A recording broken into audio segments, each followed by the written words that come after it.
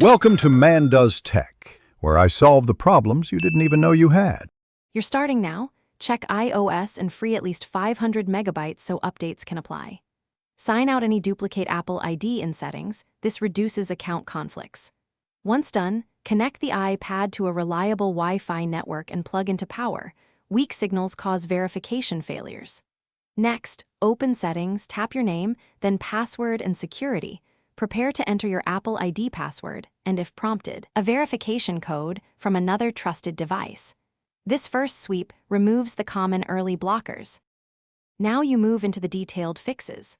First, confirm two-factor authentication codes on your trusted device or SMS number. You need that code here.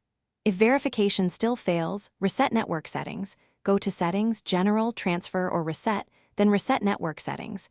This clears corrupted Wi-Fi profiles and VPNs that block Apple servers. Once the iPad restarts, reconnect to Wi-Fi and immediately sign out of Apple ID, then sign back in. This forces a fresh authentication handshake with Apple's servers.